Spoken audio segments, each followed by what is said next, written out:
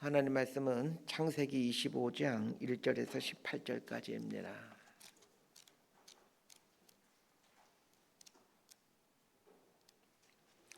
창세기 25장 1절에서 18절까지 말씀 번갈아 가면서 읽습니다. 제가 먼저 읽겠습니다. 아브라함이 후처를 맞이하였으니 그의 이름은 그드라라.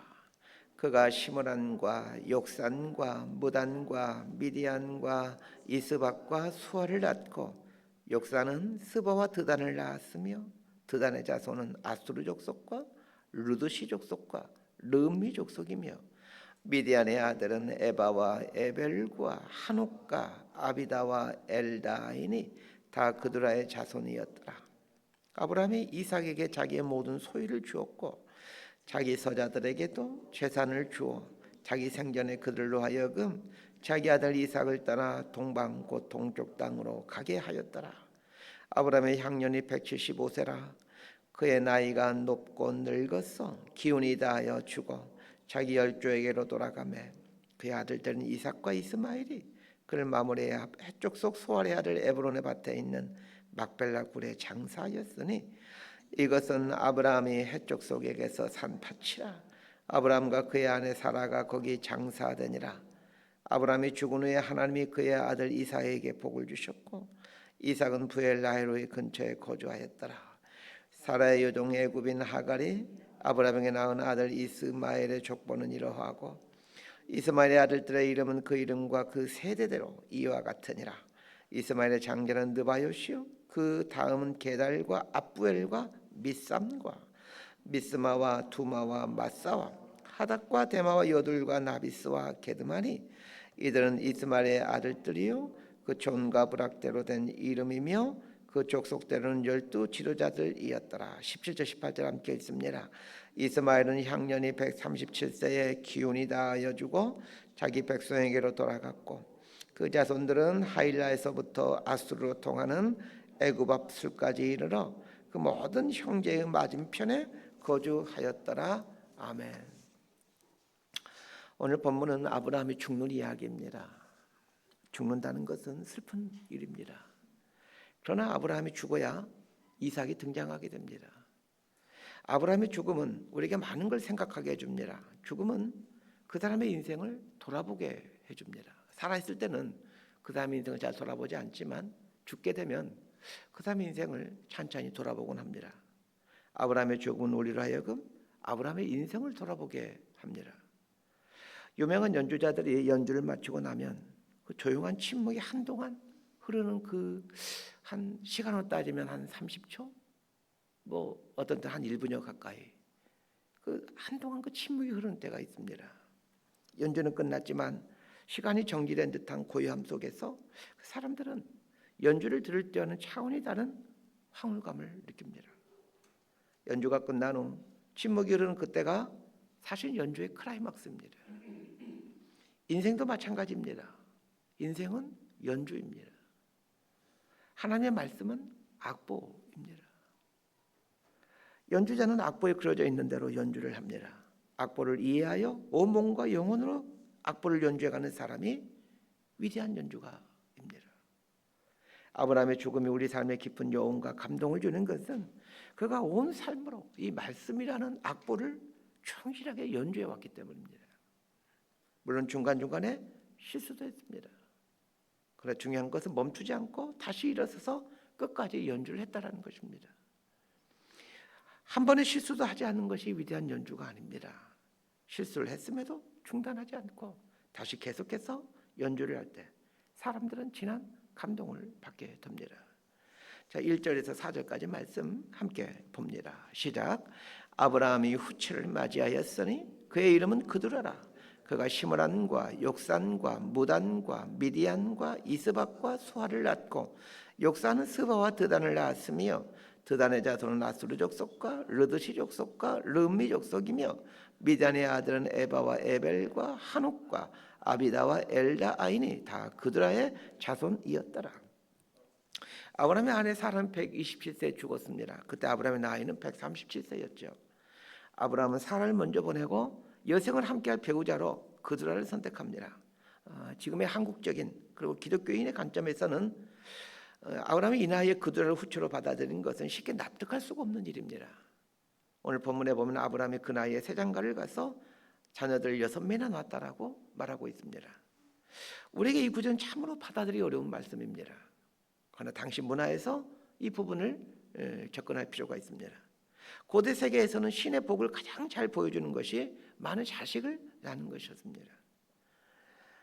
그 당시에는 하나님의 복을 자식의 많음, 재산의 많음, 이와 같은 것으로 이해하고 있었습니다. 아브라함이 그들을 맞이하는데 우리말에는 후처라고 표현하고 있습니다. 여기서 말하는 이 후처는 사라와 구별하기 위해서 후처라고 표현한 것이지 어떤 부정적인 어감을 가진 의미로 사용된 단어가 아닙니다. 아브라함이 후처를 통해 6명의 자녀들을 낳은 것은 하나님의 복이 아브라함에게 멈추지 않았다는 것을 말해주기 위함입니다. 아브라함이 노년에 그들을 통해 낳은 6명의 자녀들은 대부분 구약성경에 한두 번 등장하는 족속들입니다. 쉽게 말해서 한두 번은 등장하는 족속들로 나온다는 말은 번성했다는 것을 말해주죠. 이렇게 함으로 하나님께서 아브라함을 그 약속하신 대로 축복해 주셨구나라는 것을 보여줍니다. 자, 5절과 6절 말씀 함께 보도록 하겠습니다. 시작. 아브라함이 이삭에게 자기 모든 소유를 주었고 자기 서자들에게도 재산을 주어 자기 생전에 그들로 하여금 자기 아들 이삭을 떠나 동방 곧 동쪽 땅으로 가게 하였더라.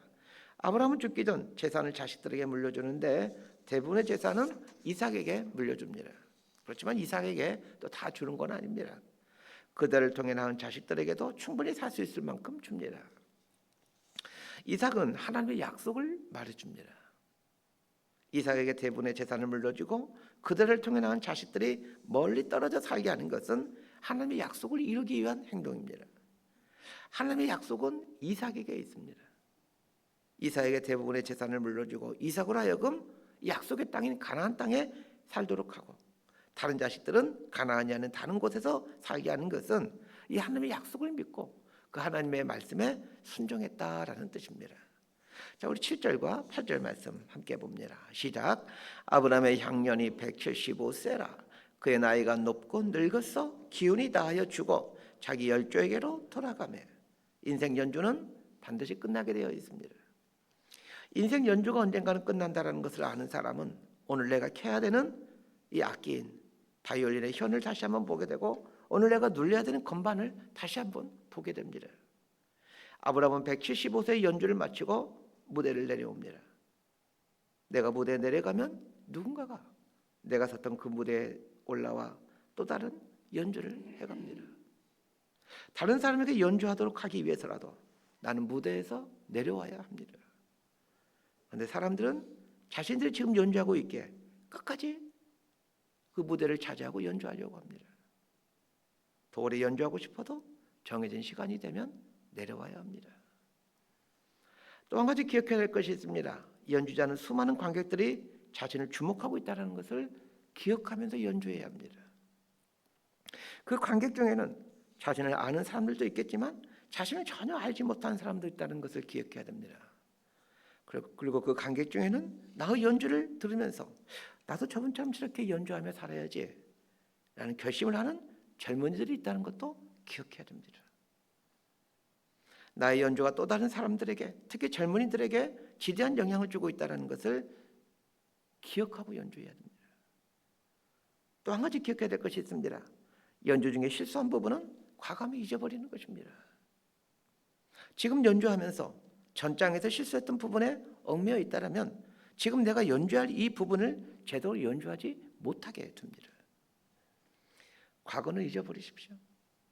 정확히 말하면 과거를 용서하십시오. 말씀대로 순종하지 못했던 부끄러운 지난날의 과거를 손에서 놓아보내십시오. 과거는 과거일 뿐입니다. 과거 실수에 파묻혀 과거 속에서 헤어나지 못한 인생을 볼 때마다 하나님은 마음이 찢어지십니다. 그때마다 주의자이신 하나님은 소리치십니다. 지금 연주하고 있는 것을 봐. 지금 연주하고 있는 그 악보를 보란 말이야. 소리치십니다. 지금 내가 연주해야 될 악보와 앞으로 연주해야 될 그 부분을 보십시오. 최선을 다해 지금 연주해야 될 부분을 연주하십시오. 잠시 후면 방금 전의 현재는 다시는 연주할 수 없는 과거가 되어버리고 맙니다. 아브라함이 175세에 죽습니다. 그런데 성경은 참 재미있는 표현을 사용하고 있습니다. 자기 열조에게로 돌아가매 이렇게 표현하고 있습니다. 자기 열조에게로 돌아가매라는 말은 인생 무대에서 내려온다는 말입니다. 죽음은 모든 것이 끝나는 것이 아닙니다. 죽음은 열조에게로 돌아가는 것입니다. 이 열조라는 이 말은 나라, 백성, 친족 이런 뜻의 단어입니다. 죽는다는 것은 자기 나라로 돌아가는 것이고 자기 백성이 있는 곳으로 돌아가는 것입니다.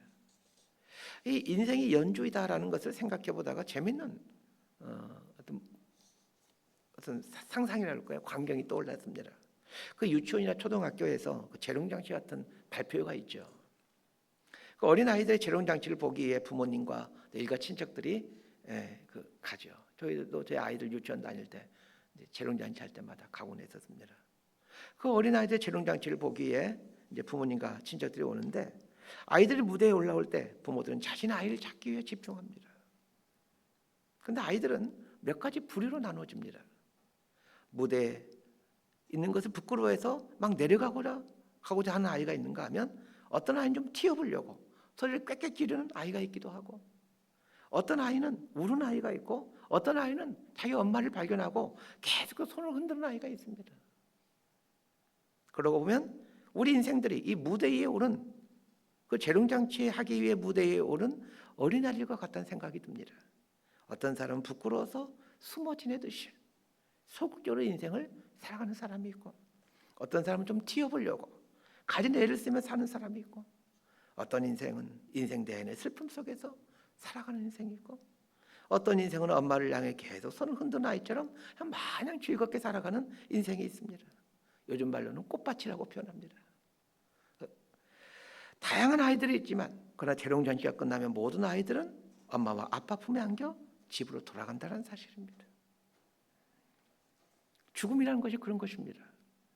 하늘 아버지 품에 안겨 가족 있는 집으로 돌아가는 것입니다. 어떻게 살았든지 간에 반드시 무대를 내려와 가족이 있는 곳으로 가야 합니다. 자, 11절 말씀 함께 보겠습니다. 시작. 아브라함이 죽은 후에 하나님이 그의 아들 이삭에게 복을 주셨고 이삭은 부엘 라헬로이 근처에 거주하였더라. 아브라함이 죽자 하나님은 아브라함에게 줬던 복을 이삭에게 주십니다. 여기서 중요한 사실 한 가지를 발견하게 되죠. 아브라함이 죽은 후에 하나님이 이삭에게 복을 주셨다는 것입니다. 이것은 무엇을 말해줍니까? 하나님은 아브라함에게 줬던 복을 계속해서 이어받을 사람을 찾고 계시다는 것입니다. 아브라함이 받았던 복을 계속해서 받을 사람이 누구입니까? 약속의 계승자입니다. 하나님의 약속을 부여잡고 살아가는 사람이죠. 하나님의 약속을 부여잡고 살고자 하는 사람들이 이 아브라함의 후손이 돼요. 아브라함이 받았던 복을 누리는 계승자가 됩니다. 하나님은 복을 주시는 분이십니다. 아브라함에게 주었던 복을 주시고자 하십니다. 문제는 아브라함처럼 하나님의 말씀에 이끌려 살아가고자 하는 사람들이 많지 않다라는 것입니다. 이삭은 누구입니까? 아브라함을 통해 태어난 약속의 자식입니다. 약속의 자식이라는 말은 하나님의 약속에 이끌려 삶을 살아가는 사람이라는 말입니다. 하나님이 이삭에게 복을 주신 이유가 있습니다. 그가 아브라함처럼 약속에 이끌림 받아 살아간 사람이기 때문입니다. 이삭이 하나님의 약속을 붙들고 살았다는 구체적인 증거가 부엘 라헬로이 지역에 사는 것입니다. 아브라함이 죽은 이후에 이삭은 부엘 라헬로이 근처에 삽니다. 이건 뭘 의미하는 것입니까? 부엘 라헬로이는 하나님이 나를 감찰하신다라는 뜻입니다. 하갈이 사라를 멸시하다가 임신한 몸으로 쫓겨나 죽을 상황이 되었을 때에 하나님께서 하갈을 찾아와서 만나주신 장소가 부엘 라헬로이입니다. 부엘 라헬로이는 하나님이 나를 지키시고 감찰하고 계신다라는 그 신앙 고백의 표현입니다. 이삭이 부엘 라헬로이에서 살았다는 말은 이삭의 신앙 고백을 보여줍니다. 하나님께서 나를 감찰하고 계십니다. 하나님께서 나를 지키시고 계십니다. 이 신앙 고백을 갖고 살고 있다는 것을 말해주는 것이 이 부엘 라헬로이에서 살았다는 말입니다. 아브라함이 살아있을 동안에는 아버지 아브라함이 돌보심 가운데서 살아왔습니다. 그러나 아브라함이 죽자 이삭은 신앙의 홀로 서기를 합니다. 하나님이 나를 지키시는 분이시고 축복하시는 분이라는 것을 고백하면서 살게 됩니다. 이삭은 하나님을 붙들었습니다. 그래서 하나님은 아브라함에게 줬던 복을 고스란히 이삭에게 계승시켜 주십니다. 하나님은 오늘도 이 하나님의 말씀을 악보 삼고 그 악보에 집중하며 연주할 하나님의 사람을 찾고 계십니다. 그 사람이 약속의 사람이고 말씀의 사람입니다. 하나님은 그 사람을 아브라함의 후손으로 여기며 아브라함에게 줬던 복을 계승시켜 주십니다. 말씀 정리합니다. 인생은 연주입니다. 하나님은 우리에게 각자에 맞는 악기를 주시고 그 인생 기한이라는 무대를 허락해 주십니다. 그리고 뭘 연주해야 될지 알려주는 악보를 주십니다. 악보들을 연주하는 사람은 연주가 마칠 때 관객으로부터 박수와 갈채 속에서 무대 아래로 내려오게 됩니다. 그러나 자기 마음대로 자기 속이 내오른 대로 연주했던 사람은 소음만 내다가 내려오게 됩니다. 적지 않은 인생들이 소음만 내다가 내려옵니다. 아브라함의 인생 연주가 아름다운 것은 그가 무대하러 내려올 때까지 악보에서 눈을 떼지 않았기 때문입니다. 하나님의 약속을 바라보며 주어진 하루하루를 성실하게 살아갔습니다. 하나님은 그런 아브라함의 인생에 복을 주지 않을 수 없었습니다. 이삭도 마찬가지입니다. 부엘라헬로이 하나님은 나를 감찰하신 분이심을 잊지 않으려고 자신의 삶을 매 순간 감찰하신 하나님 앞에 내어드리며 그렇게 하루하루의 인생 연주를 해왔습니다. 그렇게 아브라함에게 주었던 복이 이삭에게 고스란히 내리는 것입니다. 하나님은 오늘 또 이 아브라함의 후손 이삭의 후손을 찾고 계십니다. 아브라함에게 주었던 복을 이삭에게 줬던 복을 받을 이 말씀의 사람을 찾고 계십니다. 우리는 예수 그리스도를 주로 고백한 믿음의 후손 아브라함의 후손입니다. 이제 우리가 해야 될 일이 있다라면 하나님의 말씀 앞에서 아름다운 인생 연주를 해나가는 것입니다. 내 소리를 내는 것이 아니라 악보대로 내는 말씀에 따라 인생을 사는 하나님의 소리를 내는 연주자가 되는 것입니다. 언젠가는 무대 아래로 내려와야만 합니다. 연주가 끝났을 때 그 경외스러운 침묵이 흐르고 모든 관객들이 그치지 않는 환호와 갈채를 보내는 이런 멋진 인생 연주를 하는 저와 여러분의 삶이 되기를 진심으로 소망하고 축복합니다. 기도하겠습니다. 하나님 아버지 감사합니다. 아브라함에게 주셨던 복을 저희에게 주시려고 저희를 택하여 주셔서 감사드립니다. 우리 앞에 펼쳐진 인생 악보인 말씀 앞에서 아름답게 연주해가는 복된 삶을 살기를 원합니다. 매 순간 우리의 눈과 마음을 하나님께 두게 하시고 하나님의 지혜에 가시는 대로 연주해가는 삶이 될 수 있도록 은총을 베풀어 주옵소서. 언젠가는 반드시 무대 아래로 내려야 한다는 사실을 기억하며 오늘 나에게 주어진 삶 속에서 최선을 다해 말씀대로 연주해가는 그리스도인이 될 수 있도록 복을 내려 주옵소서. 예수님 이름으로 기도드리옵나이다.